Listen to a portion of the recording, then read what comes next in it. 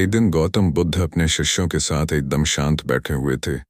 उन्हें इस प्रकार बैठे हुए देख शिष्य चिंतित हुए कि कहीं वह अस्वस्थ तो नहीं है। एक शिष्य ने उनसे पूछा कि आज वह मौन क्यों बैठे हैं, क्या शिष्यों से कोई गलती हो गई है। इसी बीच एक अन्य शिष्य ने पूछा कि क्या वह अस्वस्थ हैं, पर बुद्ध मौन रहे। तभी कुछ दूर खड़ा व्यक्ति जोर से चिल्लाया, आज मुझे सभा में बैठने की अनुमति क्यों नहीं दी गई है। बुद्ध आंखें बंद करके ध्यानमग्न हो गए। वह व्यक्ति फिर से चिल्लाया, मुझे प्रवेश की अनुमति क्यों नहीं मिली। इसी बीच एक उदार शिष्य ने उसका पक्ष लेते हुए कहा कि उसे सभा में आने की अनुमति प्रदान की जाए।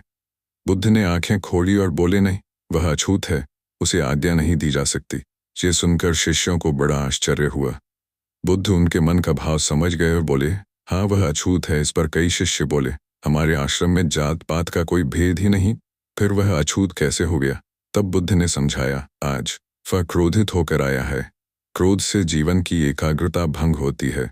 क्रोधी व्यक्ति प्राय मानसिक हिंसा कर बैठता है, इसलिए जब तक वह क्रोध में रहता है तब तक अछूत होता है। इसलिए उसे कुछ समय एकांत में खड़े रहना चाहिए। क्रोधित शिष्य भी बुद्ध की बातें सुन रहा था।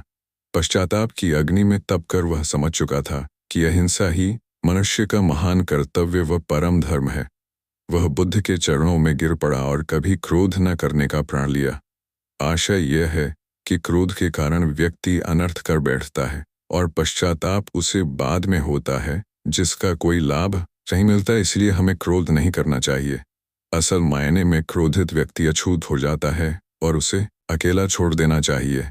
क्रोध करने से तन, मन और धन तीनों की हानि होती है। क्रोध से ज्यादा हानिकारक कोई और वस्तु नहीं है।